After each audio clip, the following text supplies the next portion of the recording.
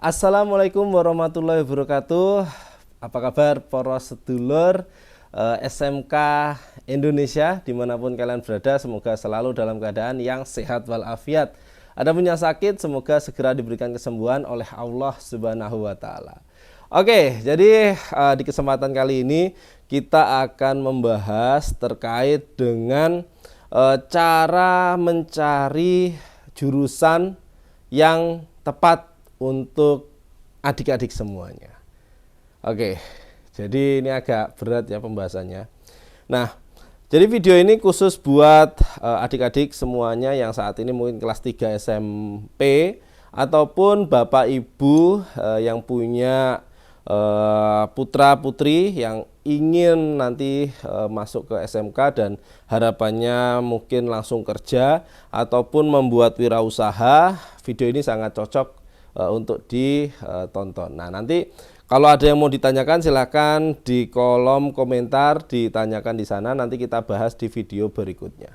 Oke, jadi ini adalah sharing saya yang sampai hari ini tanggal 28 Oktober 2023, kurang lebih berarti saya masuk industri itu tahun 2009 sampai 2003, kurang lebih adalah 14 tahun ya di industri ya. Alhamdulillah lama juga ya.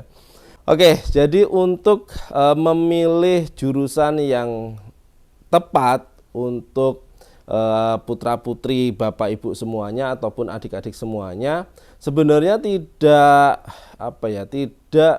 bisa benar-benar tepat gitu ya. Tapi kita melakukan pendekatan. Nah, pendekatannya apa? Jadi kurang lebih nanti ada 3 hal pendekatan. Yang pertama itu adalah sesuaikan jurusanmu itu dengan passionmu atau dengan gairahmu atau dengan keinginanmu. Itu adanya di mana? Contohnya misalnya gini. Kalau kita di SMP ataupun ibaratnya di keseharian kita itu sukanya ngotak-ngatik motor, bongkar pasang, spare part dan sebagainya. Nah, saran saya masukkan ataupun pilih jurusan otomotif atau teknik perakitan kendaraan ringan gitu ya, atau teknik kendaraan ringan TKR ya. Nah, itu akan lebih cocok daripada kalau suka bongkar-bongkar ibaratnya ke permesinan. Nah, karena di permesinan itu dia lebih cocok yang passionnya adalah membuat. Jadi membuat benda, habis itu berkreasi, mendesain. Nah, itu lebih cocoknya di permesinan. Nah, tapi kalau misalkan desainnya lebih pengennya yang ke arah rumah gitu ya, ke arah rumah, bangunan. Nah, berarti cocokkah masuknya di teknik gambar bangunan ataupun teknik pembuatan kerangka rumah ataupun kerangka gedung. Nah, itu adalah di sana. Nah, terus itu sesuai passion. Yang kedua itu adalah Bapak Ibu ataupun adik-adik semuanya juga harus mampu untuk mencari sekolah yang mengedepankan pembentukan kompetensi.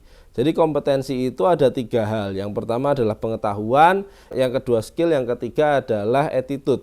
Nah, jadi cari SMK yang mengedepankan 3 hal ini. Terutama yang poin nomor 3 ini, attitude ini sangat penting ya di dunia industri gitu ya. Tidak di dunia industri juga, tapi seluruh lapisan kegiatan itu ketika attitude kita baik, insya Allah akan lancar seperti itu. Jadi kita harus mampu memilah nih. Nah, kalau misalkan di di SMK pertama tidak lolos gitu ya, ya kita harus mencari SMK yang kedua gitu. Jadi kita sudah mulai mempunyai list, nanti anak saya akan saya sekolahkan kemungkinan di SMK A.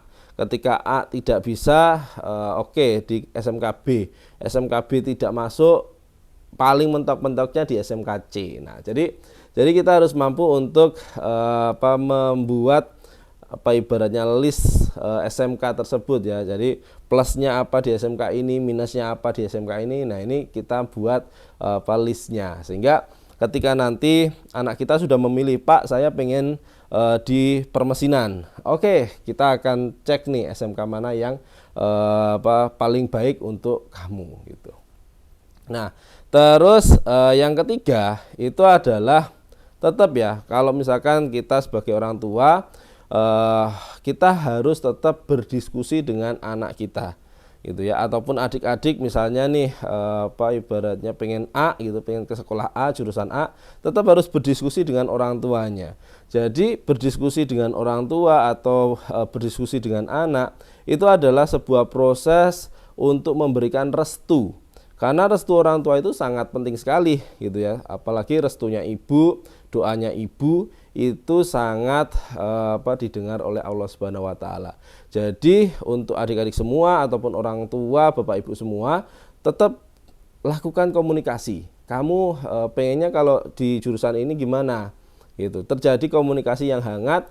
Nah, itu akan membuat langkah ke depan dari anak-anak Bapak Ibu semuanya akan lebih mantap menjalani pendidikan di dunia sekolah menengah kejuruan atau SMK.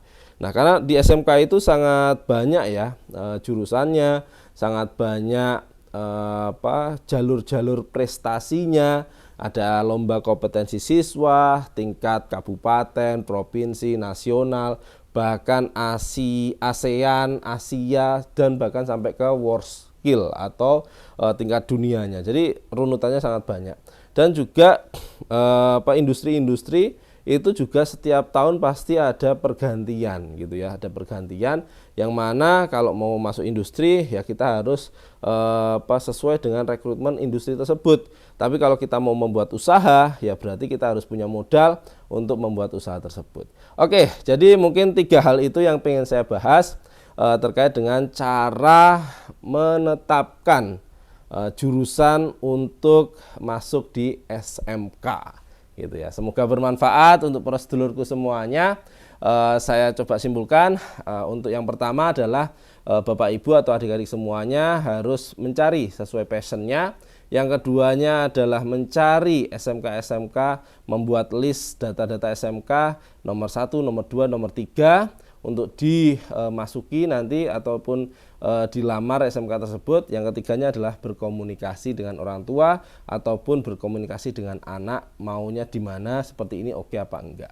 Oke, mungkin semoga bermanfaat ya 3 hal tersebut untuk menetapkan jurusan yang akan dimasuki saat sekolah SMK. Dan terakhir, terima kasih sudah menonton video ini. Salam untuk seluruh sedulur SMK Indonesia, karena SMK bisa, SMK hebat, SMK bisa hebat. Vokasi kuat menguatkan Indonesia. Wassalamualaikum warahmatullahi wabarakatuh. Kita ketemu di video berikutnya. Dadah, terima kasih.